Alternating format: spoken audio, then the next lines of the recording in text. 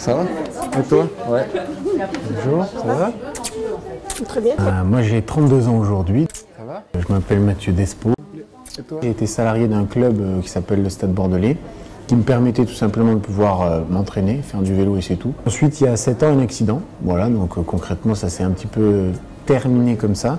Y'a pas de soucis. À cette période, mon contrat de travail a muté vers un contrat de travail de salarié classique dans un club sportif.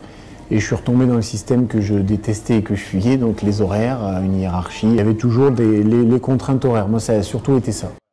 Alors, je vous laisse en tout cas avec Mathieu et puis bonne écoute. Allez, bon, super. Je suis distributeur depuis 6 ans. Quand j'ai démarré ce type d'activité, il n'y avait aucune raison de croire en moi. Ça, c'est important parce que dans un système classique professionnel, on prend en compte le niveau d'études ou on prend en compte quelque part la capacité financière des gens pour accorder de la crédibilité. Moi, j'avais un niveau d'études très bas, j'avais une capacité financière très basse aussi et pourtant, j'ai de suite fait des efforts.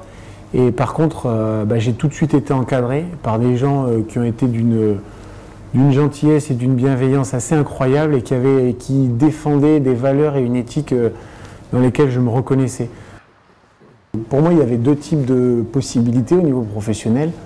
Le salariat classique ou l'entrepreneuriat classique, avec le salariat qui prive un peu de liberté malgré tout, et l'entrepreneuriat classique qui impose aux gens de devoir faire énormément, de se retrouver tout seul, de développer plein de compétences.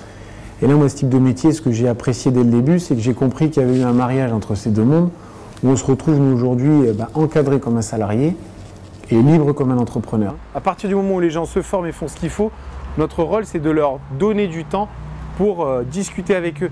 Et si vous ne savez pas pourquoi vous les appelez, appelez-les quand même parce qu'ils vont certainement vous poser des questions. Et à chaque fois que vous serez en relation avec des gens de vos groupes qui démarrent, vous les tirez un tout petit peu en dehors du brouillard.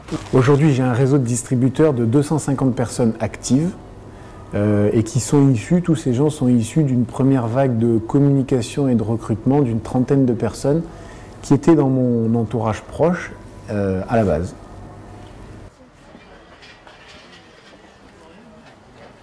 Les écouter et puis leur permettre de voir les choses différemment et recentrer un petit peu leurs priorités justement sur des choses moi qui me tiennent à cœur comme le fait d'être dans le plaisir, d'être dans la passion, d'être dans le partage, d'être dans l'entraide et voilà, et de développer des relations humaines saines. On est véritablement dans des relations collaboratives assez horizontales et pas du tout verticales, donc on est sorti de tout le concept hiérarchique où moi je n'impose rien, je ne demande rien à qui que ce soit, on est dans l'entraide, on crée des relations de confiance saines et derrière on a les sensations les plus intéressantes à vivre aujourd'hui, c'est les sensations de victoire en groupe. Ce genre de métier met en lumière le côté positif des gens.